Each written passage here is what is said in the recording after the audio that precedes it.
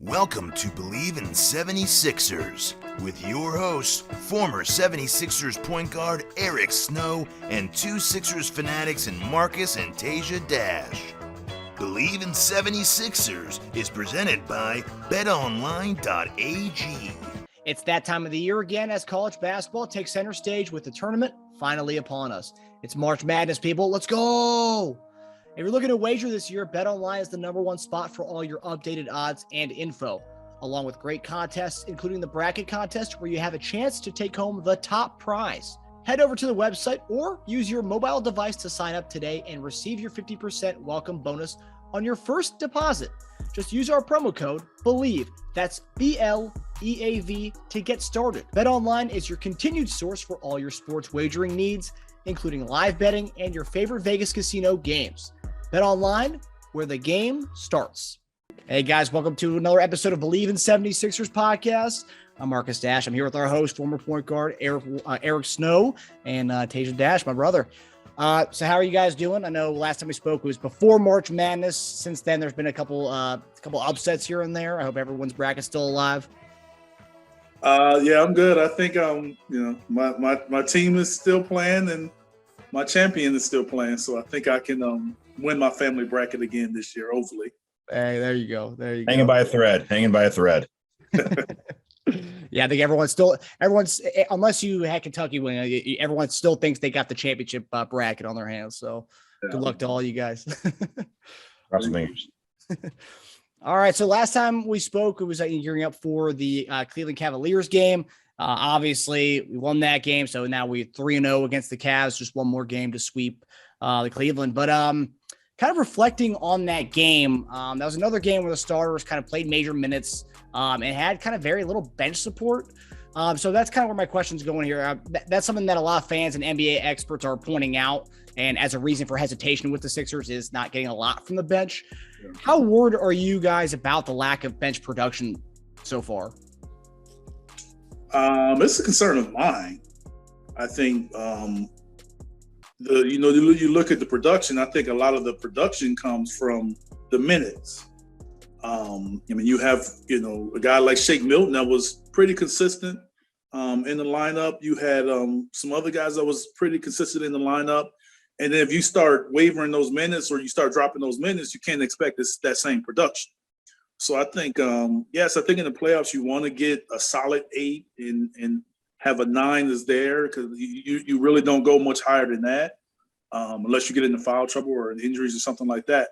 But I think building up to that, you just have to find a way to get a rhythm for some of these guys because you will need someone off the bench in the playoffs and in series. I just think that finding a way, like James played, 42 minutes the last game. I think you got to find a way to kind of pull that down. Let Maxey play some point guard or let Shake come in and play more minutes. I think you got to kind of pull those minutes down, especially as we go down here to the stretch run. You still want to give them their rhythm and get their shots and get the groove going. But I think James playing 42 minutes to me is a little high. Yeah. Yeah, Teja, what are you thinking from the bench? I know when we were talking the other night, you were talking about how Niang's really the only thing we got coming off the bench right now as far as production wise. Yeah, so at least in the last 3 games, we're shooting 15 of 50, 30% from the bench. If you take Niang out of the equation, we're shooting 26% in the last 3. It reminds me a lot of the Jimmy Butler team from 2019, actually. Very, very top heavy, very little depth. Our stars are playing like at least 38 minutes a night. I guess this is why they caution against making really big mid-season trades. We just like that season when we traded for Tobias and Jimmy, we kind of gutted our depth this year to get Harden. So we lost 3 guys who would be, giving quality minutes in the playoffs with Simmons, Curry, and Drummond. And we pretty much got Harden because I think Millsap's going to be out of the rotation for the rest of the season unless someone gets injured. But yeah, Niang's clearly our 6th man where we insert when Thibauld's not giving us enough offense. I think we're missing one more spark. Like, Eric was just alluding to, we need one more guy to go in there and come in. But, maybe this is exactly why a lot of analysts say that it's really hard to win the year you make a huge midseason trade, unless you're taking on a bunch of depth pieces. kind of like what you guys did in your big run, Eric. You guys did the Ratliff Mutombo deal, but I felt like that was more of like you lost the defender and rebounder in Ratliff. You kind of just swapped it and brought in, Mutombo just to do that same exact thing. Whereas we traded so many pieces for like one guy. So, yeah, I don't know. It's going to be tough. We traded multiple players in that trade. I mean, we lost Tony, Nazi, like Theo, like guys. Nazi wasn't playing as much, but he played a little backup center. But Tony was arguably a starter, or the sixth man, and he playing really well for us. So I mean, we lost some pieces too. I just think that when we had when Deke came in, it was he just brought a dimension that, because Theo was injured. Yeah. We didn't know when we were going to get Theo back. So that's a little different from that standpoint because we had an injury. But it was a little rough when Deke, if you remember, it was a little rough when Deke first came back. I think we had like a 5-game losing streak at one time. So I get it. And it's tough to make that adjustment. But I firmly believe, if you look at James' history, he has historically been a little tired in the playoffs. Yep. So you got to start pulling those minutes down.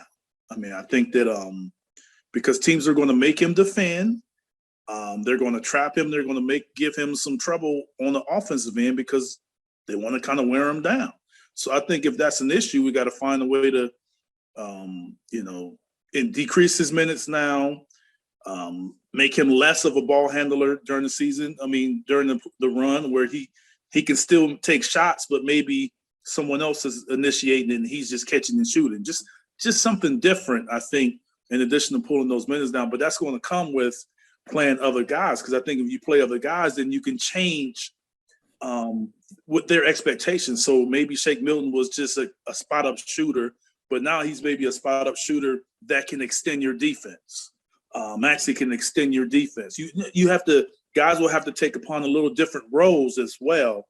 But we'll never know if they're not getting out there and they're not finding a way to make it happen. I know it's tough. You're trying to adjust. So we talked about Tobias and the adjustments that he had to make. And he's a starter and the number 3 option. So he has to make it. So, other guys have to do the same thing. Yeah, I mean, Green needs to make open jumpers. He needs to at least make 2 threes a game. I think the biggest detriment right now is Furk. I mean, we signed him. We gave him a 2-3 year deal to come in and be at least a 15 and 20 minute guy off the bench. And it looks like the Monstar stole his skills. So I don't know. I don't know what's going on, man. He needs to do some soul searching and find that game before the playoffs. We need that. We need it bad. I mean, sometimes, if he's just out there, sometimes no matter if you got a guy that's a shooter, even when they're on the court, the opposing team know personnel. They know the team. So even if you have a guy that's a shooter and he's not making shots, they're still going to defend him as a shooter. To the fans that are saying they'll give those minutes to Joe, for instance, though, I mean, how long do you give? I know, a shooter's supposed to keep shooting, shoot your way out of a slump. How long do you give a guy like Furk to do that, though, at the detriment of, him being, 10, 12% from 3 over a span of like 5 to 7 games? He clearly just lost confidence. And he just didn't. I can tell you one thing. He's never going to make a shot if he doesn't play. That's true. Yeah. So you got to find a way to kind of get him in there and based on the way the teams play. If you plan a team that really shrinks the court and they kind of late contest, then maybe you can build him up a little bit knowing that shot is going to come. Maybe you call a few plays for him after timeouts or something when you kind of force the issue with him and then get him out, put him in before the end of a quarter. Maybe he can get a shot here and there, maybe pull him out after the next quarter has begun. So sometimes you can put him in there and give him a chance to play, but really didn't give him a lot of clock time. But even though he had a couple opportunities to kind of see if that shot is going down. Yeah. Yeah. If Furk was a big person for us in the playoffs last year, that's probably why we gave him that 2 or 3 year deal. Cause he had he had some good minutes for us in that Atlanta series. I guess my question for as far as bench guys go, it's, we talk about giving the stars a lot, the bulk of the minutes, but we're talking about, Embiid, obviously playing for the MVP, but DeAndre Jordan's only gotten about 11 minutes on average from all the games he's played in so far. Is that something that we kind of need to work him more into rotation, Eric? I think that his rotation is going to be based on how Joel is playing and based on who you're playing. Have the other team that has a big, but if you have another team that when Joel goes out and they go extremely small, you don't know. You may try it, but you don't really know how that's going to go. So I think his minutes could be a little inconsistent as far as 1 minute it may be 15, the next may be 8. So I think that was a tough call because it really depends on you can't play him and Joel together. So it's really going to be how much is he playing? How does he have it going? But I do think that, like I mentioned before, you can find ways to get him in there. Maybe before a timeout's coming, before the quarter ends, and try to stretch Joel's breaks and giving Jordan some more minutes that way. But I think you got to try to be a little more strategic with it. All right. Okay. So moving on to our next topic. This is something that was interesting because, we talk about, trying to get the bench guys more involved, Shake Milton, getting more involved. But this is sparks from Joel Embiid's appearance on Draymond Green's podcast. And in that podcast, he talks about how he's been telling Harden to be more aggressive. And if you look at the last few games, Harden's kind of struggled to shoot the ball. But he's since he's been on the team, he was averaging about 22, 11, and 6. He's being kind of more passive, not being more aggressive to Harden that we've seen in Houston. But what do you make of Embiid saying that he's telling Harden to be more aggressive? What does that mean to you? Do you think that Harden is being passive and he should be more aggressive? When most people think of aggressive, they think shoot more. I could see a little more playmaking. Picking and choosing his, opportunities in transition. I don't want James to just take shots and take a bunch of contested shots. Like I don't want that. Being aggressive, but that also takes a lot of energy.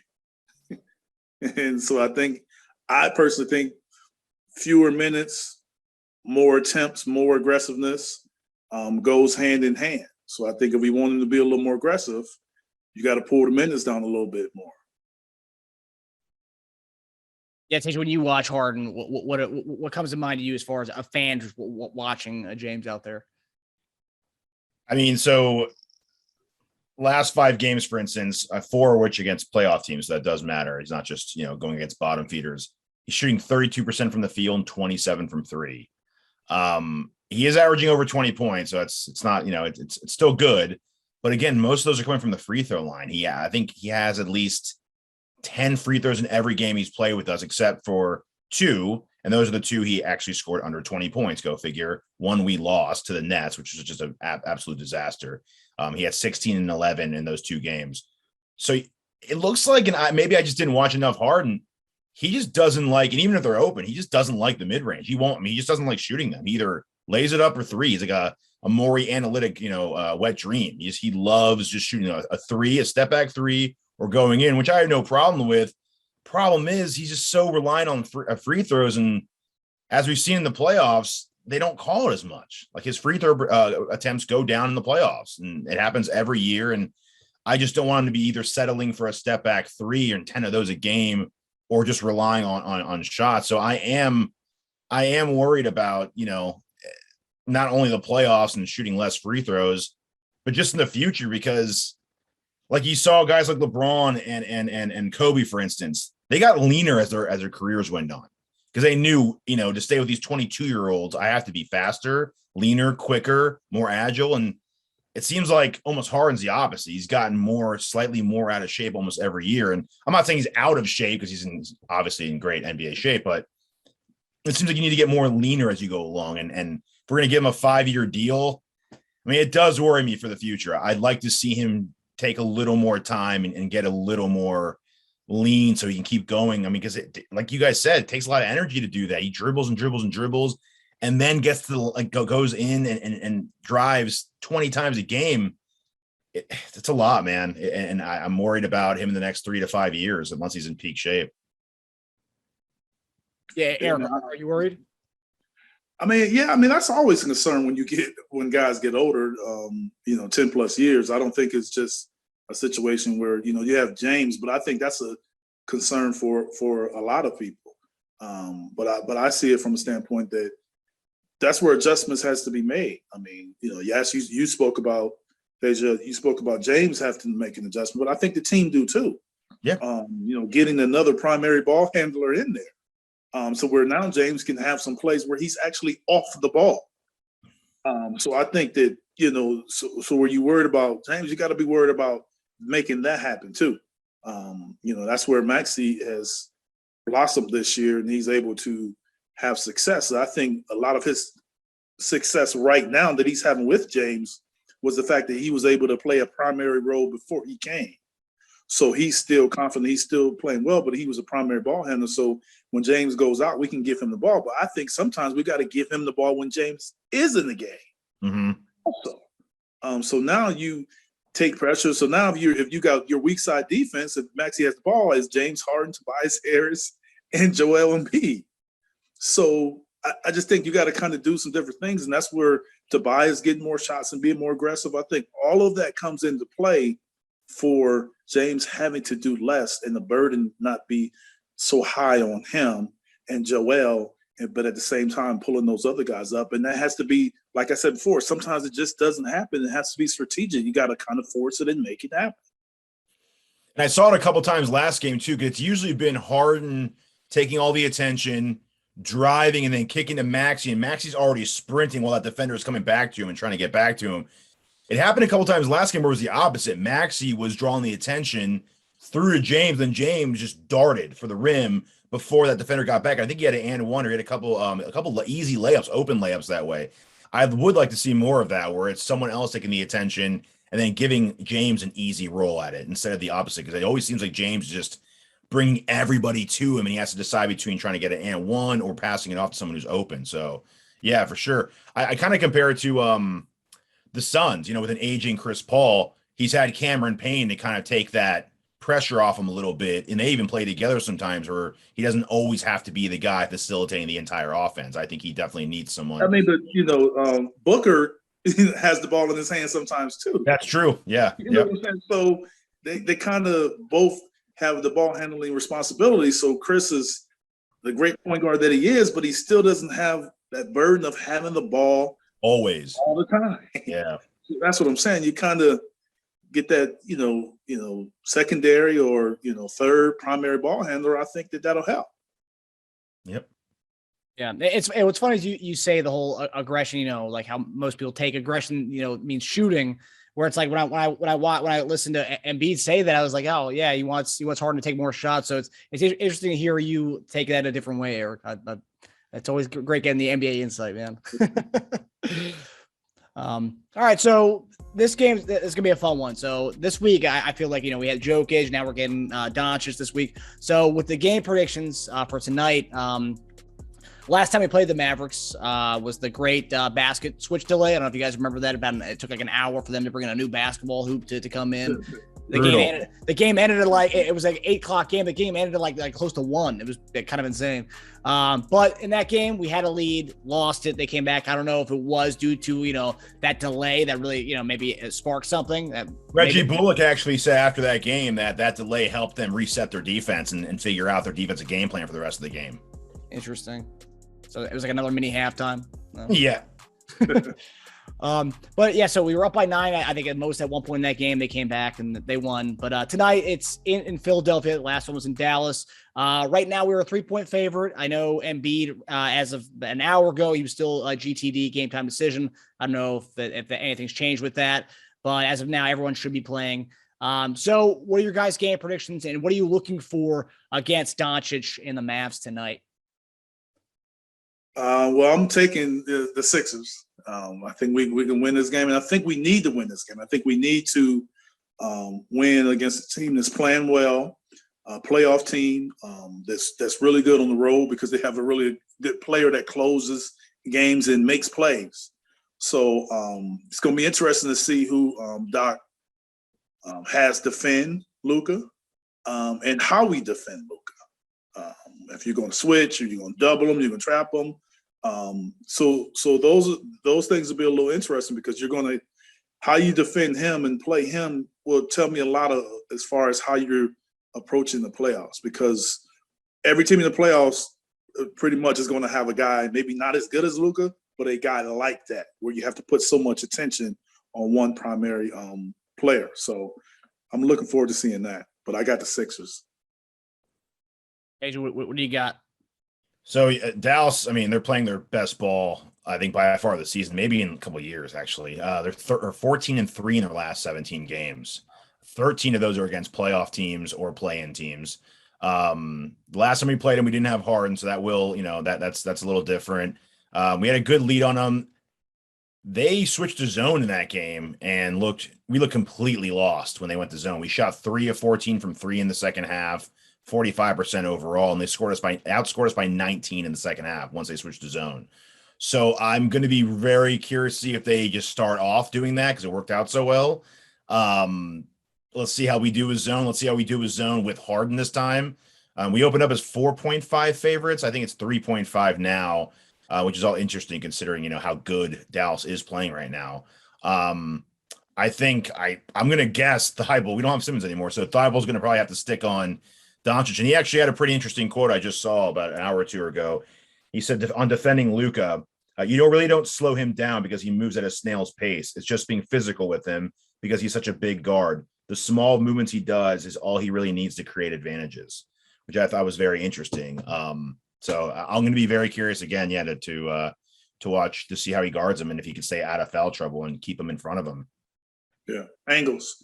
He uses angles really well, and his size. If you let him get an angle, even though he's not a fast guy, you can't catch up. You can't get back in front of him because he uses his size and skill to shield you, and he can still finish in many different ways. Eric, as far as the zone, when Dallas did it to us, it's not the only team that's given us fits with the zone this year. Why Miami too, I think. Miami, yeah, that's the other one that gives us fits. Why is it that we can't really, I don't know, that we can't acclimate to the zone defense? But I mean, what would you think the reason for a struggle like that is? I think the primary reason is when teams go zone. I think Joel spends too much time on the perimeter. I think that if he, you have some kind of, system or offense where he can duck in, and when you swing, and he ducks in, 2 guys in that zone is going to have to defend him. Get him on the smallest defender on the bottom of the zone. 2 guys are going to have to defend him. So I think the more we can have guys either in the paint or at the rim, we can shrink that zone. Then we're just going to have to knock down shots. We'll get wide open shots if that's the case. We're just going to have to knock them down. Yeah. Yeah, it's interesting. I guess we'll see how that goes. If they do switch to if they kind of start off in the zone, I guess we'll see if we've have any zone beaters. I'd start them off. I mean, it works so well. If teams have success with it, you'll see it more and more.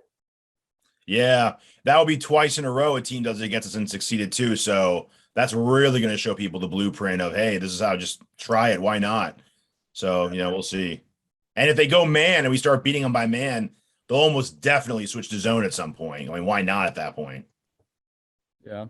And this is a big game too, as far as seedings. I know right now we are tied with Boston, same exact record. And I think they have the tiebreaker on us because they head-to-head, I believe. So must win tonight as far as staying in that 3 seed, unless we want to go to the 4 seed. I think right now, based on what we're playing, I think it's 3, and then the 6 seed Toronto right now. I don't have the standings up right now, but anyway, big game as far as either flipping to 3 or 4. But yeah, that does it for us, guys. We'll see you next week as we discuss this game and then, preview the games ahead. So thanks for tuning in to Bleav in 76ers presented by BetOnline. For more, follow us on Twitter at Bleav in 76ers. We'll see you guys next week. All right, guys.